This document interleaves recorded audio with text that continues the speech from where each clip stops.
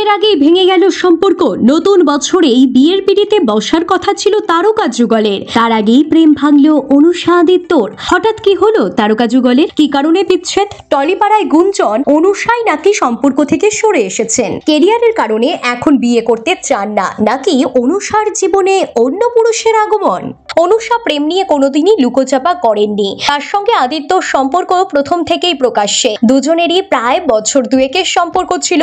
নতুন বছরেই দুজনের বিয়ে হওয়ার কথা। দুই পরিবার অনুষ্ঠানে তোড়জোড় শুরু করে দিয়েছিল, কিন্তু হঠাৎ করে ছন্দপতন। বেশ কিছুদিন ধরে বিয়ের পরিকল্পনা নিয়ে সেভাবে মুখ খোলেননি অনুষা কিংবা আদিত্য কেউই। ঘনিষ্ঠ সূত্রে খবর 26 সালের জানুয়ারি মাসে বিয়ের পিড়িতে বসার কথা ছিল তারকা যুগলের, কিন্তু তার আগেই সম্পর্কে ভাঙনের খবর সামনে এলো। টলিপাড়ার গুঞ্জন অভিনেত্রী নাকি বিয়েতে অমত করেছেন, আবার এও শোনা যাচ্ছে দুজনের বোঝাপড়াতেই নাকি সম্পর্কের ইতি টেনেছেন। তবে সম্পর্ক ভাঙলেও তাদের বন্ধুত্ব এখনো অটুট রয়েছে।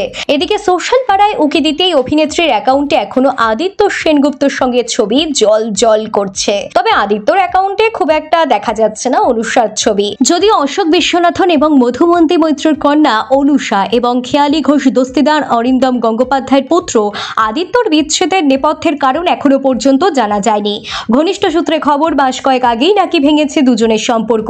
বিষয়টি প্রকাশ্যে আসতে দেয়নি দুই পরিবার।